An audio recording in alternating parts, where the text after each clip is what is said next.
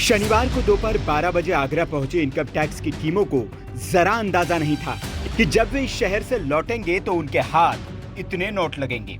लेकिन जूता कारोबारियों के ठिकानों पर पहुंचने और तलाशी लेने के बाद इनके होश ही उड़ गए। शाम 6 बजे तक चली छापेमारी में इनके घरों से नोटों का ऐसा पहाड़ निकला कि जिसे गिनने के लिए पूरे 3 दिन लग गए। शनिवार को 7 बजे से इन नोटों की गिनती शुरू हुई तो नोट गिनते गिनते मशीनें गर्म आ गई। अधिकारी थक गए।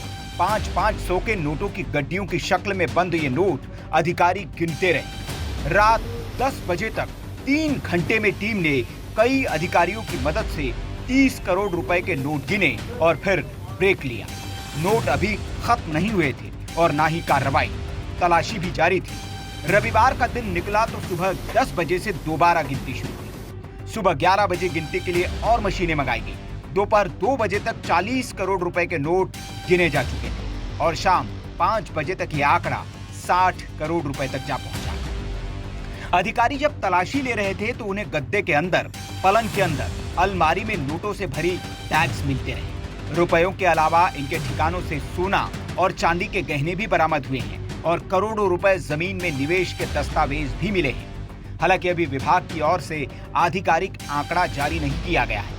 दरअसल अधिकारी नोटों को देखकर इसलिए भी परेशान है क्योंकि नोटों की गड्डियों को एक जैसे स्टाइल में पैक किया गया है और गड्डियों पर स्लिप भी एक ही तरह से लगी है। रबड़ भी सभी गड्डियों में एक ही तरह से बांधी गई है।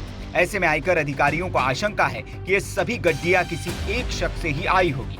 आयकर अधिकारी अब इसकी जांच में जुट गए हैं।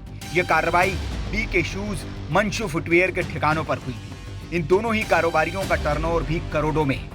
बीके शूज और मंशू फुटवियर के मालिक दोनों सगे भाई हैं। अब विभाग इस जांच में जुटी है कि ये नोट कहां से आए और कहां जाने वाले, क्योंकि बताया जा रहा है कि कुछ जमीनों के भी सौदे हुए हैं और उसी सौदेबाजी के लिए ये धन लाया गया था और मुखबिरी के बाद टीम ने यहाँ छापेमारी की है। अब अधिकारी इसकी तह तक जाने में जुट चुके हैं कि आखिर इस रकम का होना क्या था। Bureau report, VK news. VK news, राष्ट्र के नाम।